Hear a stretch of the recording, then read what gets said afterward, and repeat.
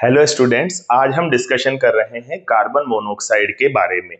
Carbon monoxide carbon और oxygen का 1:1 में मिक्स करने पर बनती है, यानी कि एक कार्बन का मॉलिक्यूल हो, कार्बन का एटम हो और एक ऑक्सीजन का एटम हो, दोनों मिलकर कार्बन मोनोऑक्साइड बनाएगी। अगर कार्बन का एक एटम होता और ऑक्सीजन के दो एटम होते तो CO2 कार्बन डाइऑक्साइड गैस बनती, जो कि एटमॉस्फेयर में नॉर्मली मिलती है। ठीक है, तो हमारे एटमॉस्फेयर में नॉर्मली क्या है, नाइट्रोजन है, ऑक्सीजन है और कुछ मात्रा में कार्बन डाइऑक्साइड गैस है। जब हम सांस लेने की प्रक्रिया करते हैं, ब्रीथ इन करते हैं, तो ये तीनों गैसें ब्रीथ इन के समय पे अंदर जाती है। आप ये सोच रहे होंगे कि सर ब्रीथ इन के समय तो ओनली ऑक्सीजन ही अंदर जाती है ना। नहीं भाई, हमारे बॉडी के अंदर, हमारी नोज में और हमारे माउथ में ऐसा कोई मैकेनिज्म नहीं है जो इन तीनों गैसेस को सेपरेट करके केवल ऑक्सीजन को अंदर ले जा सके। तो तीनों गैसें अंदर जाती हैं और भी जो मिक्स हो रखी गैसेस हैं वो भी अंदर जाती है, पर मेनली इन तीन का नाम ले रहा हूं मैं, नाइट्रोजन, ऑक्सीजन और कार्बन डाइऑक्साइड। अब ये लंग्स तक चली गई, लंग्स से ये गैस हीमोग्लोबिन में जाएगी। हीमोग्लोबिन क्या है उसके बारे में थोड़ा सा बता देता हूँ। हमारे ब्लड के अंदर अलग अलग पार्ट होते हैं, जैसे आरबीसी है, डब्ल्यूबीसी है, प्लेटलेट्स है, red blood cell, white blood cell और प्लेटलेट्स। इन रेड ब्लड सेल्स का कलर जो रेड होता है उसका रीजन हीमोग्लोबिन का होना है।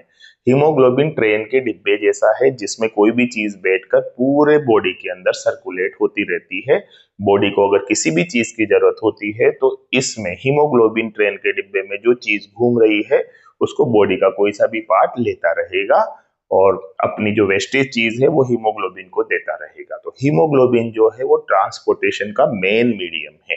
अब देखो, अगर N2O2 और CO2 हमने ब्रीथ इन करी तो अब हीमोग्लोबिन के अंदर इन तीनों में से कौन बैठता है ये इंपॉर्टेंट होगा। तो हीमोग्लोबिन नाइट्रोजन के साथ, हीमोग्लोबिन ऑक्सीजन के साथ और हीमोग्लोबिन कार्बन डाइऑक्साइड के साथ जो बॉन्ड बनाता है उनमें सबसे ज्यादा बॉन्डिंग स्ट्रॉन्ग होती है ऑक्सीजन के साथ, यानी कार्बन डाइऑक्साइड और नाइट्रोजन के साथ जो बॉन्ड बनता है बहुत बेकार सा होता है। तो हीमोग्लोबिन उन दोनों को छोड़कर O2 को अपने अंदर बैठा लेता है, ऑक्सीजन को, और पूरी बॉडी में ऑक्सीजन ऑक्सीजन चिल्लाता हुआ घूमता रहता है। ठीक है, अब जिस भी पार्ट को ऑक्सीजन की रिक्वायरमेंट होती है वो ऑक्सीजन को ले लेती है और उसकी जगह कोई दूसरी चीज जैसे या तो एनर्जी दे देगी या CO2 दे देगी, जो उसे देना है वो देकर फ्री हो जाएगी और अपना ऑक्सीजन के काम लेती रहेगी।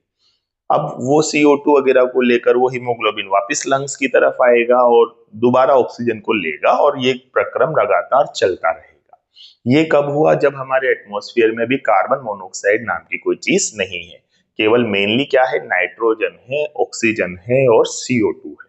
लेकिन मान लेते हैं, एक सिचुएशन अज्यूम करते हैं कि ठंड का टाइम है, रात का समय है और रात के समय हमने कमरे के अंदर हीटर चला लिया। वो जो अंगीठी वाला हीटर होता है ना जिसमें कोयला बर्न होता रहता है, वो वाला हीटर चला लिया। अब रात में ठंड है तो फिर हमने क्या किया, दरवाजे खिड़कियां भी बंद कर दी। ठीक है, दरवाजे खिड़कियां बंद हो गई, कोयला जो है वो जल रहा है, उससे हीट मिल रही है और हीट से हमें अच्छा लग रहा है कि भाई बहुत ठंड थी तो उससे हम बच रहे हैं। लेकिन इसमें क्या प्रॉब्लम हो सकती है कि जैसे नॉर्मली जब ऑक्सीजन की प्रेजेंस बहुत सारी हो, खिड़कियां दरवाजे सब खुले हुए हो, एरी हो, वेंटिलेशन हो, तो ऑक्सीजन की सफिशिएंट मात्रा के टाइम पे जब कोयला जलता है, कार्बन वाला पदार्थ है ये, जब वो जलता है तो ऑक्सीजन पर्याप्त मात्रा में होती है तो CO की जगह CO2 बनता है, कार्बन डाइऑक्साइड बनता है। लेकिन अगर कोयला ऐसी जगह पे जल रहा है जहां ऑक्सीजन की पर्याप्त मात्रा नहीं है तो वो पूरी तरह से जलकर CO2 बनाने की जगह केवल CO तक ही जा पाएगा, कार्बन मोनोऑक्साइड तक ही जा पाएगा और धीरे धीरे ऑक्सीजन भी कम होती जाएगी। क्योंकि ऐसे तो पहले तो ऑक्सीजन बाहर से आ रही थी, अब रूम के अंदर की जो ऑक्सीजन है वो कोयले को जलाने में काम आ रही है, क्योंकि किसी भी चीज को जलते रहने के लिए ऑक्सीजन की जरूरत होती है। तो धीरे धीरे रूम की ऑक्सीजन कम होती जा रही है और CO भी बनता जा रहा है। तो पूरे एटमॉस्फेयर में अब O2 हो गई, नाइट्रोजन हो गई, CO2 हो गई और CO हो गई। अब हम सो भी रहे हैं तब भी हम सोते वक्त भी सांस तो लेंगे। सांस लेने की प्रक्रिया ऐसी प्रक्रिया है जो पूरे 24 घंटों चलती रहती है। तो जब हमने उसको सांस को लिया तो उसमें अब CO2, N2O2 के साथ कार्बन मोनोऑक्साइड यानी कि CO भी हमारी बॉडी के अंदर गई। अब जो हीमोग्लोबिन आएगा, पहले तीन में से एक को चूज कर रहा था, अब चौथा ऑप्शन भी आ गया उसके पास, कार्बन मोनोऑक्साइड। तो इन चार में से दो तो पक्का हारेंगे, कौन सा, नाइट्रोजन और CO2, क्योंकि वो तो पहले भी O2 से हार रहे थे। अब कंपटीशन हो गया O2 और CO में। अब इन दोनों में कंपटीशन में अनफॉर्चुनेटली जीत जाता है कार्बन मोनोऑक्साइड, और ये इतना स्ट्रॉन्ग बॉन्ड बनाता है हीमोग्लोबिन के साथ, जो कि ऑक्सीजन के कंपैरिजन में लगभग 300 गुना स्ट्रॉन्ग होता है। तो फिर ऑक्सीजन का कहाँ नंबर है? कार्बन मोनोऑक्साइड ही ट्रेन में बैठकर घूमेगा। कार्बन मोनोऑक्साइड हीमोग्लोबिन में बैठा और पूरी बॉडी में घूम रहा है। किसी भी बॉडी पार्ट को कार्बन मोनोऑक्साइड की कोई जरूरत नहीं है। कार्बन मोनोऑक्साइड नुकसान भी कुछ भी नहीं कर रहा है पूरे बॉडी पार्ट में, लेकिन एक दिक्कत पैदा कर रहा है कि ऑक्सीजन की सप्लाई को रोक दे रहा है। जहां ऑक्सीजन की जरूरत होती है, कंटिन्यूअस जरूरत होती है, वहां ऑक्सीजन नहीं जा रही और कार्बन मोनोऑक्साइड अपने मजे के लिए पूरी बॉडी में घूम रहा है। चाहे वो डायरेक्ट नुकसान नहीं कर रहा, पर इनडायरेक्ट नुकसान तो कर रहा है ना।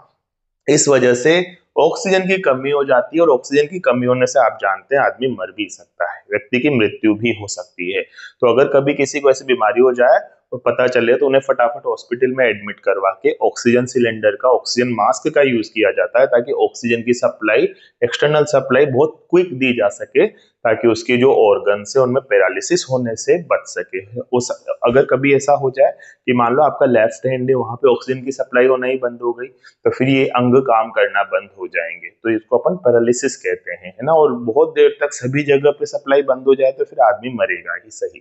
तो कार्बन मोनोऑक्साइड डायरेक्ट तो पॉइजनस नहीं है, लेकिन इसलिए पॉइजनस है क्योंकि ये ऑक्सीजन की सप्लाई को हिंडर कर देती है, रोक देती है।